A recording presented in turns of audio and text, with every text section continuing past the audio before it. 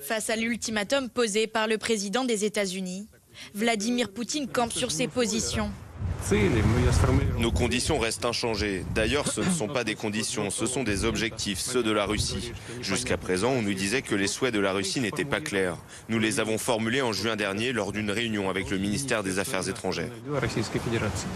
Ces conditions sont les suivantes. D'abord, Moscou exige que l'Ukraine lui cède 4 de ses régions sur cette carte en rouge, à savoir Lugansk, Donetsk, Zaporijjia, mais aussi Kherson. En plus de ces annexions, le Kremlin souhaite que Kiev renonce aux livraisons d'armes occidentales et à toute adhésion à l'OTAN. Des conditions inacceptables pour l'Ukraine et donc des négociations dans l'impasse 7 jours seulement avant l'expiration de l'ultimatum du président américain.